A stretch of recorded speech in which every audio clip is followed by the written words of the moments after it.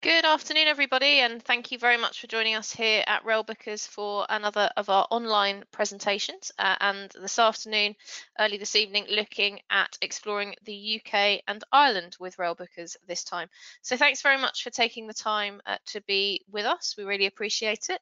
My name is Anna Davis. I'm the UK Sales and Marketing Manager, and I will be your host for the next 35 minutes or so as we look at some of our favourite UK and Ireland holidays. So just waiting for the last few people to sign in, just giving them a few more seconds, and then we shall be underway. So I hope you've got a cup of tea or coffee or something with you for the next 30 minutes or so. We will get started. I know some of you on the presentation today are new to Railbookers, so really great to have you with us. For those of you who are familiar with Railbookers already, I hope you won't mind me just taking a few minutes at the beginning to mention a few general points before we get into the UK and Irish trips. First of all, wanted to mention our Spring into Travel sale, which is running right now until the end of this week, until Friday the 23rd.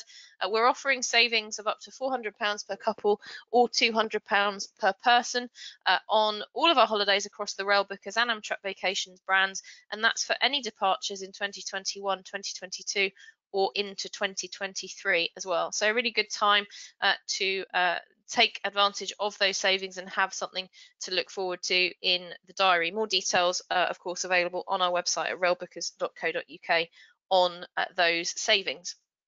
Also, just wanted to mention a few points from this slide and why travellers enjoy travelling with Railbookers, booking with us. We have been creating independent, tailor-made holidays by rail for about 17 years now. So our team have a lot of expertise and are very well placed to offer recommendations, suggestions to make sure that you have the very, very best holiday.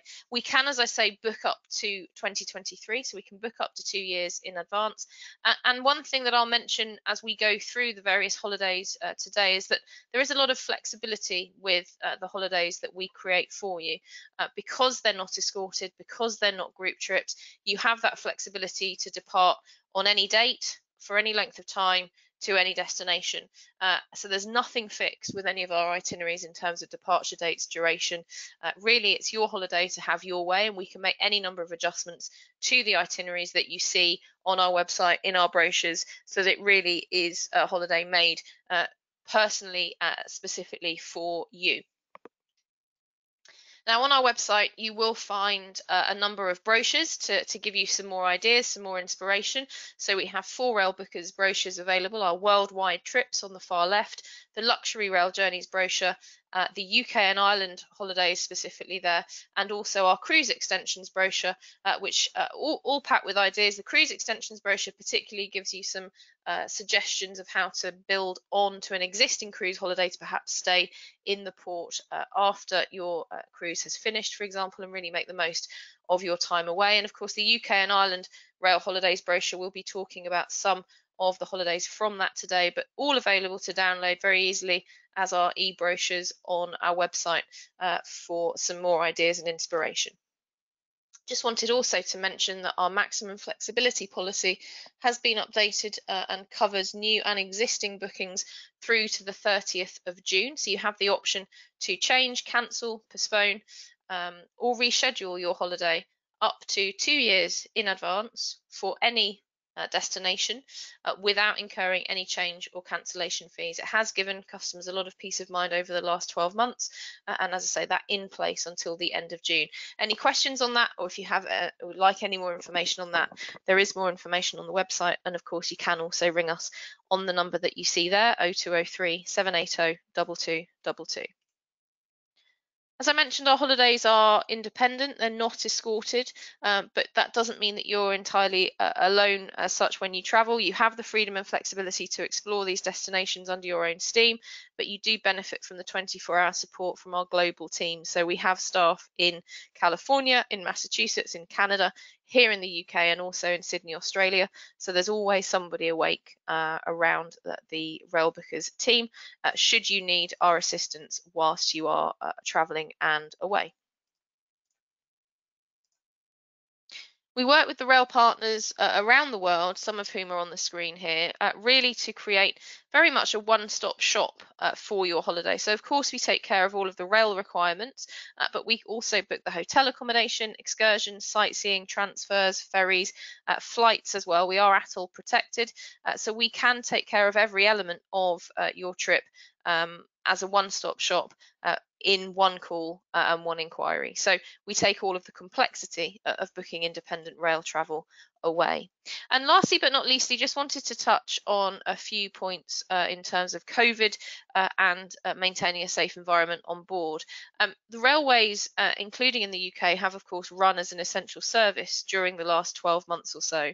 And that means that as we will start to see leisure travel resume on some of these services, the railways are already very well versed with the health and safety protocols around COVID to maintain a safe environment on board for staff and passengers. These are just a few broad strokes that the railways have undertaken over the last year or so and will continue to run with in the coming months. So, for example, the requirement for facial coverings in stations and on trains, the stopping of sale of food and drink on board trains. In some cases, that is a slightly evolving situation, and there are changes afoot on that. They have, though, reduced the amount of tickets that they sell and changed the seating configuration on trains to allow for social distancing on board. And as you would expect, they have increased the cleaning regimes both in the common areas during the journey and deep clean services at the end of the journeys as well.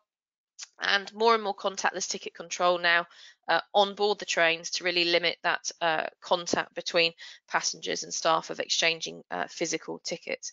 Last point on this would be that we do have a dedicated guest relations team at Railbookers. So once you have booked with us, they are there to take care of all questions that you may have, and pre-travel will be on hand to provide the latest information, latest travel situation, and the latest processes required and in place on all of the different rail carriers that we work with. So they're always available for the latest up-to-date information ahead of your holiday. So without further ado, let's delve into our UK and Ireland holidays this afternoon, and wanted to start with Scotland. We're going to look at a few Scottish itineraries before moving to Ireland, and then last of all to the southwest and Cornwall. So let's start with our Edinburgh, Isle of Skye and the West Highland Line holiday. This is a 10-day trip with a starting price of £1,799. It starts in Fort William, that's the first overnight stay, and we can arrange UK train travel from your local station to reach Fort William as well. You'll start with a 2-night stay in the beautiful Fort William, and very quickly you'll have the real rail highlight of this trip, and that's travelling on the West Highland Line between Fort William and Mallaig. Now, if you travel between April and October, that will be on the Jacobite steam train.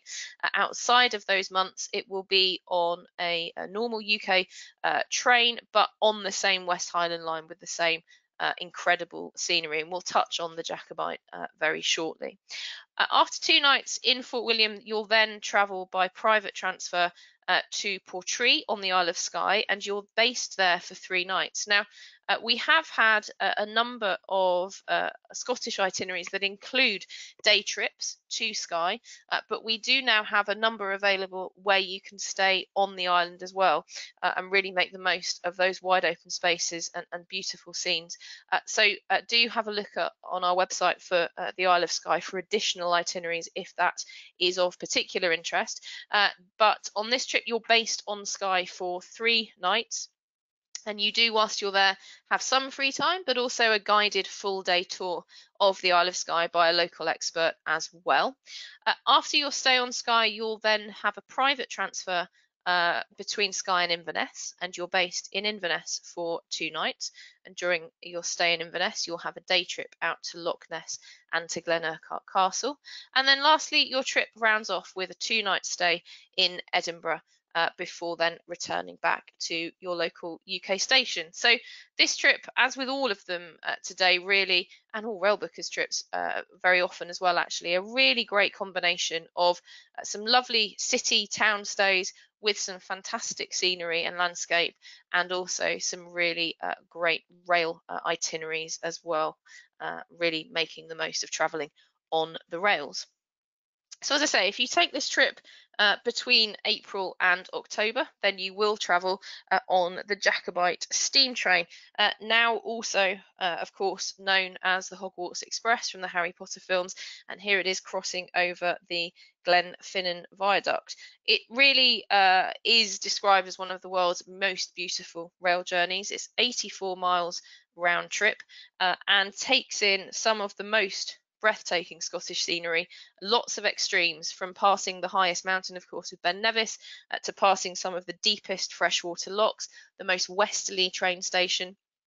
Lots and lots of varying scenery as you travel all the way up to Mallaig, and you do have then a few hours to enjoy that really charming coastal spot there before returning to Fort William for your second night stay.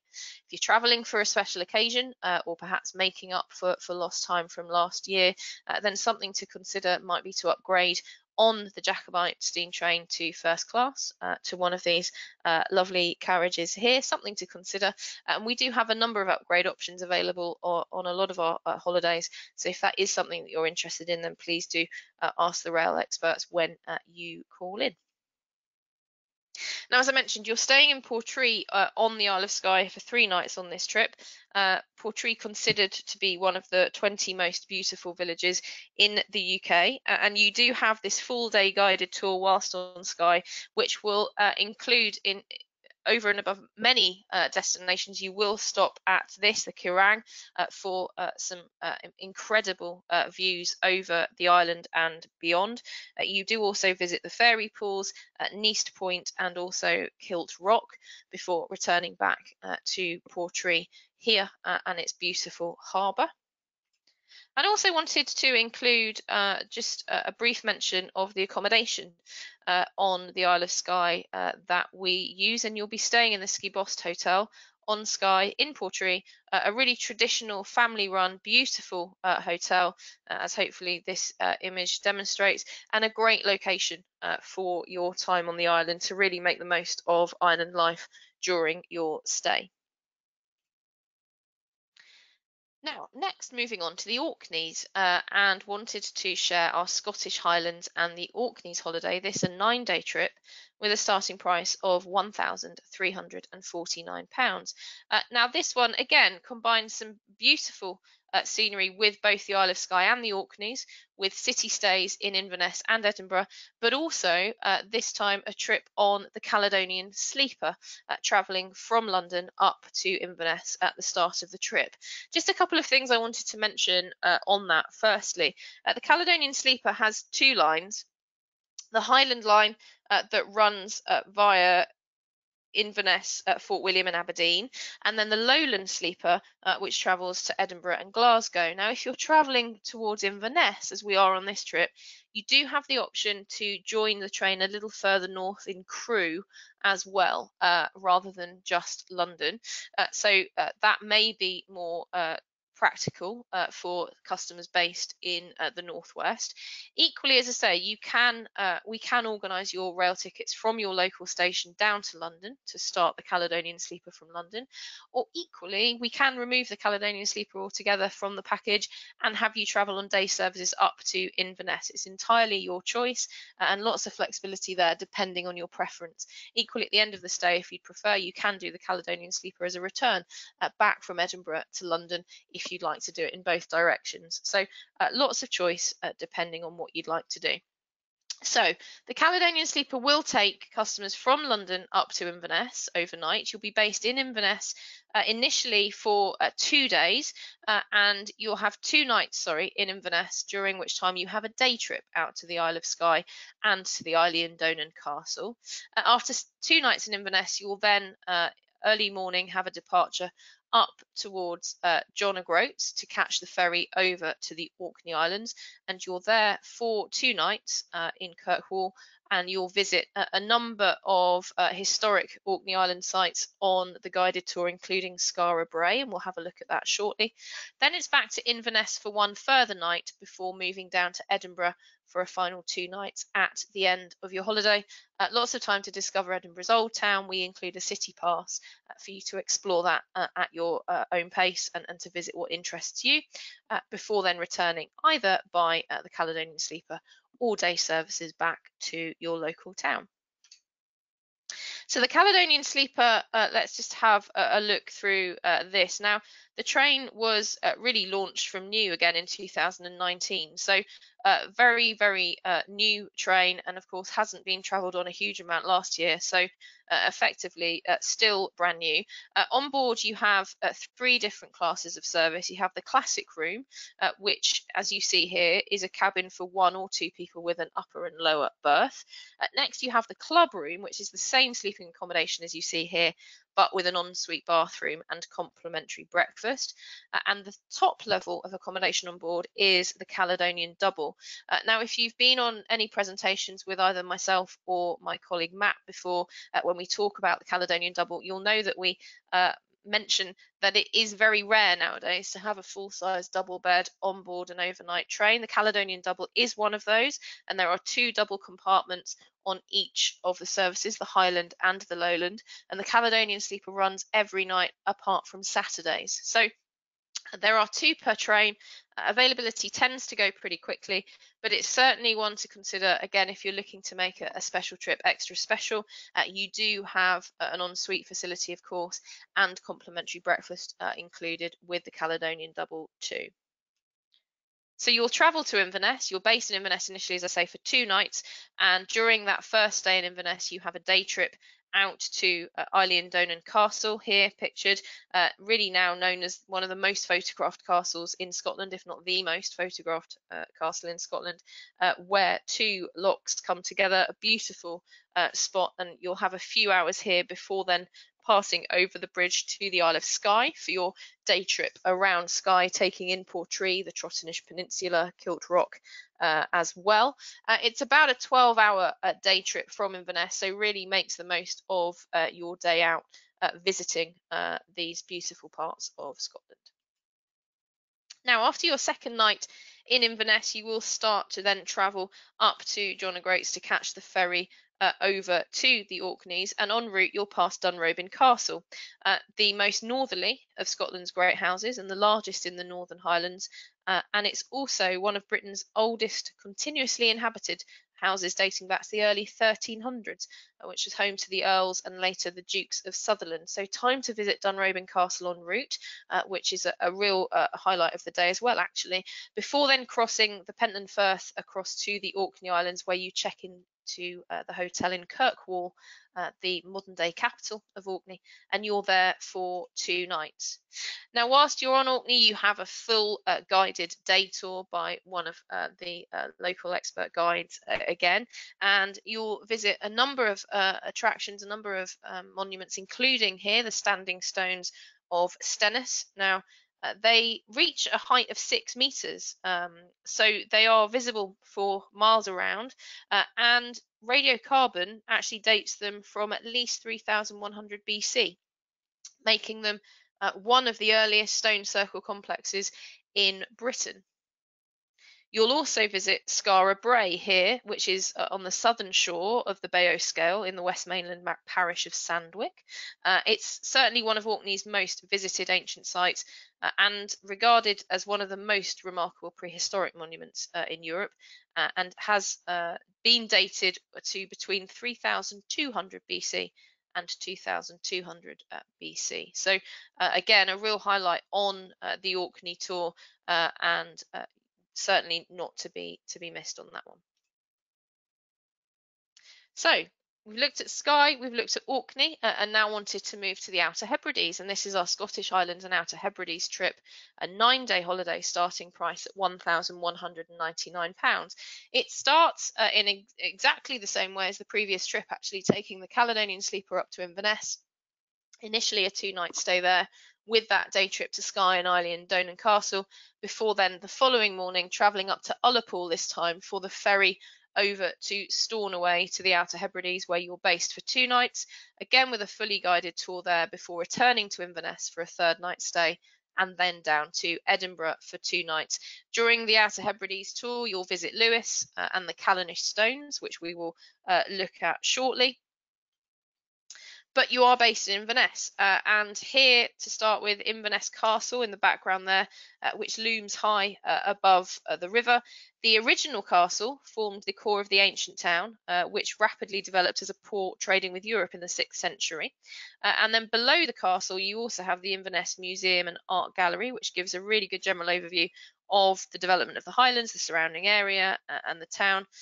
And also, not to be missed, I'm told, is the oldest surviving building in Inverness, which is on the corner with Bridge Street, a steeple with a spire that had to be straightened after an earth tremor in 1816. So that's included certainly on the hop on hop off tour, which you have tickets for included as standard for you to get your bearings of Inverness and to explore at your own pace. So once you've travelled over to the Outer Hebrides and over on the ferry there, which is an incredible journey as well, beautiful scenery en route as you might expect, you then visit, amongst other places, the Cornish Stones here. Now, they are dated at over 5,000 years old.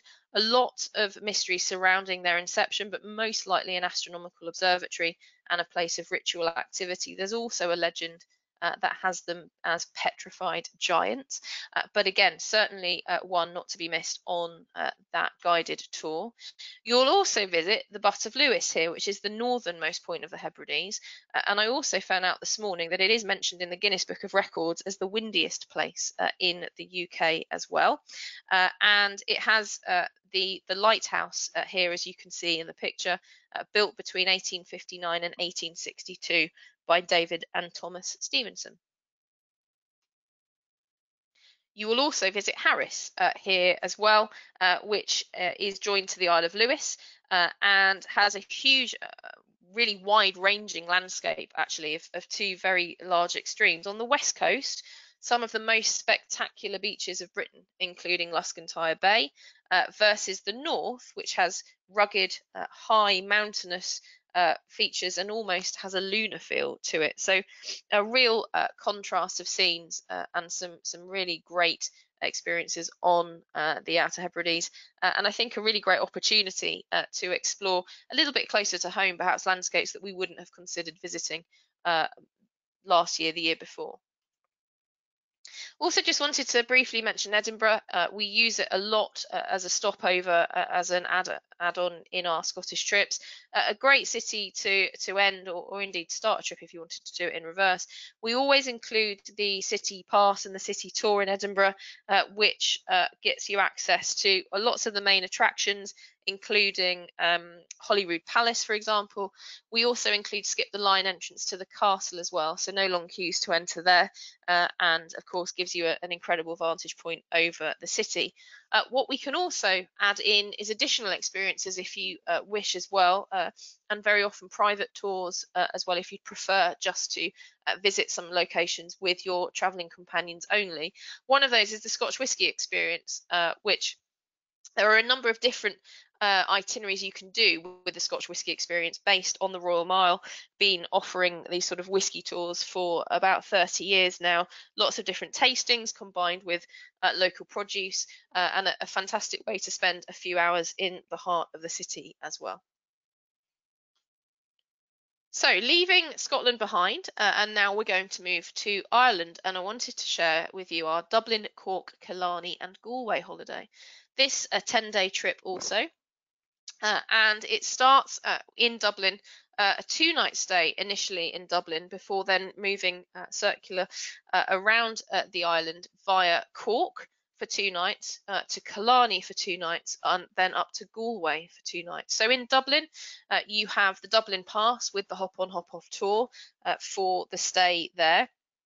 And like the pass in Edinburgh, it really gives you access to many of the most popular sites and attractions, including Christchurch Cathedral, Croke Park Stadium, Dublin Zoo, and of course the Guinness Storehouse, which is an incredible 7-story experience on all things to do with Guinness, how it's made, its history, and of course plenty of samples there as well. I would also add that when you get the samples at the end of the tour, that is on the 7th floor, and it has fantastic views over the city, so worth doing it for the viewpoint alone. Then after your 2-night stay initially in Dublin, you'll move to Cork for 2 nights, as I mentioned. Then it's on to Killarney for 2 nights, and whilst you're in Killarney, you do a day trip around the Ring of Kerry and Killarney Lakes and National Park. And then it's up to Galway via Mallow and Limerick, and from Galway you do a day trip to the Cliffs of Moher as well, a UNESCO World Heritage Protected Site, which we'll look at shortly. Then after Galway, it's back to Dublin for a final night stay to finish off any sightseeing that you didn't get round to initially before the end of your trip. And we can get you to Dublin either, of course, by many regional airlines into Dublin, or equally train and then ferry over to Dublin if you prefer. So the Ring of Kerry here, as I say, this is a day trip whilst you're in Killarney, combining the Ring of Kerry with Killarney Lakes and the National Park. Some of the country's most spectacular scenery, including Dingle Bay, Kenner Bay, and also the MacGillycuddy Reeks as well. And here some of the beautiful scenery of the National Park en route. And then from Galway, you also have a day trip out to the Cliffs of Moher. Now, as I mentioned, these are UNESCO listed. They stretch over 8 kilometres, 214 metres above sea level at the highest point. And on a clear day, you can see over as far as the Aran Islands and Galway Bay. So a real highlight of this holiday, and certainly a day trip that is always very, very highly reviewed from our customers.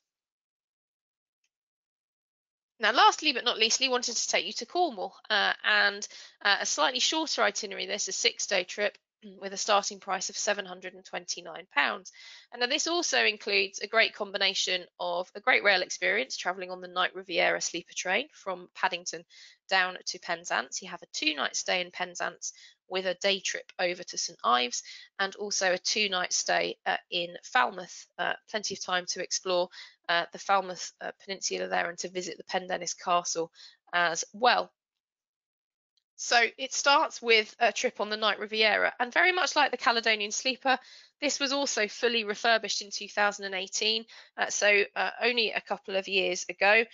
It has very cosy but very comfortable compartments with an upper and lower berth, twin rooms. If it's a solo customer, then it's just a lower berth available to sleep in. And you also have a wash basin in the cabin with hot and cold running water. Wi-Fi is free in both the sleepers and the lounges as well, and you do get breakfast served by your steward the following morning: tea, coffee, bacon sandwich, cereal, provision there on offer. We do also have regular seats on the Night Riviera, but most customers prefer to opt for sleeping accommodation overnight. Also, like the Caledonian Sleeper, if you prefer not to travel overnight and just travel on a day service from your local station to reach Penzance, then that can also be arranged, of course, so just let us know if that is your preference. You arrive in Penzance early in the morning, so plenty of time to make the most of your 2 days there. You may consider travelling out to St Michael's Mount, for example, nearby. Plenty of time to do that. If the tide is out, of course, you can walk across to the famous island with its beautiful medieval church and tropical gardens. A lovely place to spend a few hours. If the tide isn't in your favour, then you can also get a boat trip over there as well. So certainly something to consider visiting whilst you're there. And you do, as I mentioned, also have the day trip to St Ives. Really easy to do by hopping on a train at the time of your choice, so you can have as long or as little there as you wish. And the journey itself actually is beautiful on the way to St Ives. It snakes round the Golden Coastline there before you reach St Ives, so lots of time to stroll along Portminster Beach, for example, or indeed take in a visit to the Tate. St Ives being home to one of only 4 Tate galleries in the world. and recently saw a programme with Rick Stein where he was exploring Cornwall and the St Ives artist history. Really, really interesting, and I'd really recommend the series as a side note if you haven't watched it before. So that was a whistle-stop tour of 5 of our favourite, most popular UK and Ireland trips. There's lots more information on our website at railbookers.co.uk, not least with the UK and Ireland brochure, but you'll find lots of additional UK holidays on there as well. We never have enough time really to showcase all of the trips that we offer, but if you are looking for something slightly different, perhaps that I haven't covered today, then do have a look at our UK destinations page on the site. You'll find lots of additional trips, for example, our York City break, or perhaps combining York and Edinburgh together. We have Chester, Bristol, Liverpool, all sorts of city breaks, as well as some cross-country or round Britain trips as well. So lots of different options, lots of different durations to consider. So do have a look online if you'd like more information. Equally, do give us a call because if the train goes there, then so do we. So do give us a call on 0203 780 2222, and we'd be happy to put an itinerary together specifically for you. So at this point, I will open it out to questions. It's not too late to ask a question, in the questions box there on the screen. Please feel free to type away. I can see a question from John about accessing the brochure. Thanks, John. You can, so if you visit the brochure page on the website, you can request a download. Equally, I can send it to you on an email. If you'd like perhaps to receive it by email, then just pop your name in the questions box, and of course I can send it via email after the presentation, no problem at all. I can also see a question. Thank you, Jim, no problem at all. Joined a little late, missed the start. Can I get a copy of the recording? Absolutely. So you will receive a copy of the recording automatically tomorrow, which can then of course be shared with friends, family. If you'd like to watch a part of it again, then of course you can do that, but you will receive that automatically into your inbox to the email that you registered for the webinar with tomorrow. I can also see a couple of questions about hotel accommodation, so let me take that for you. Great question. So in most of the destinations that we offer, we have a range of hotels, 3, 4 and 5-star rated properties. A number of the destinations I've mentioned today, such as Orkney and the Outer Hebrides, have a slightly smaller choice, of course, in terms of accommodation, and so the hotels that we use there tend to be 3-star properties. But in some of the larger destinations, yes, we certainly would have a range available, which gives you the choice of budgets, of decor, of style, of location. So lots to choose from. We can also make recommendations, but if there's also anywhere specific that you have in mind that you would like to travel or like to stay, then in most cases we can also accommodate that as well. Again, lots of freedom, lots of flexibility for you to choose from. I can also see a question about some of the asking, are places such as castles, etc., open right now? The answer to that question is at the moment, some of them are not. We obviously aren't able to travel outside of self-catering accommodation and self-catering holidays before the 17th of May, and that's when we expect to resume some of our trips, certainly domestically, because that's when a number of the main attractions that we sell will be open. But we always sort of take holiday by holiday to look at what is open, and if there are issues with that, we will always substitute or offer you an alternative. That's sort of the beauty of the tailor-made approach with us. So it's a great question, and also another reason why our guest relations team are always on hand to offer substitute trips, substitute excursions and sightseeing should there be any issues with that. Okay, thank you very much for your questions. I think I've covered most of them that have come in. So thank you very much for joining me this afternoon. I hope you found our whistle-stop tour of the UK and Ireland interesting. Hope it's given you a few ideas for some escapes later this year or perhaps into 2022. We are open, as I say, Monday to Friday, 9 to 5:30. So if you have any further questions, please do just give us a call. And in the meantime, hope to see you on one of our presentations again soon, and stay safe. Thanks very much for joining me. Take care and have a lovely evening. Bye-bye.